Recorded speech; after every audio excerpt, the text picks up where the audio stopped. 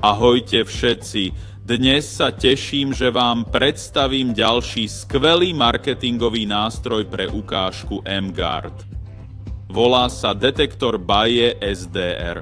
Páči sa mi, že má veľký displej a ľahko sa nastavuje a používa. Nie je ovplyvnený statickým rušením a má reproduktor na použitie počas ukážky mGuard. Neskôr pochopíte, o čom hovorím. Teraz vám predstavím Davida, ktorý je tu so mnou. David, pozdrav do kamery. Urobíme test pred a po použití mGuard pomocou baje. Chcem, aby ste videli rozdiel na obrazovke. Takže zapnem detektor.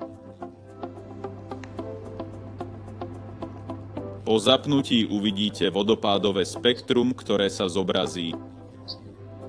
Všimnite si, že som naladil baje na 72 MHz, čo je frekvencia nášho mozgu. Úroveň vyžarovania šumu tu uvidíte na stupnici dB. Dobre, a toto sú všetky údaje o šumovom žiarení. Zapnem teda reproduktor, aby ste to počuli.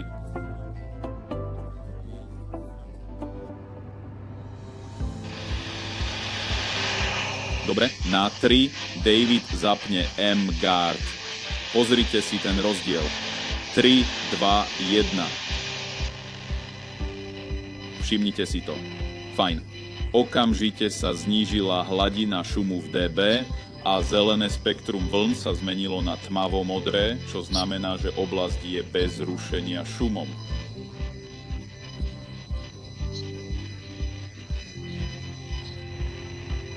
Dobre, urobme ešte jeden test. Vypnime mGuard a uvidíte, že sa všetko hneď vráti. A teraz s opäť zapnutým mGuardom okamžite uvidíte výsledky. Je to jednoducho úžasné. Skutočne. Baje dokáže ukázať, čím si mozog a orgány prechádzajú každý deň. Mení neviditeľné na viditeľné a zážitkové. Dobre, toto bola krátka ukážka detektora baje SDR. Fajn. mGuard vytvára pre používateľov pokojné a príjemné prostredie. Dobre. Ak chcete vedieť, kde kúpiť detektor baje SDR, je dostupný na väčšine e-shopov. Názov modelu nájdete na konci videa. Užite si mGuarding.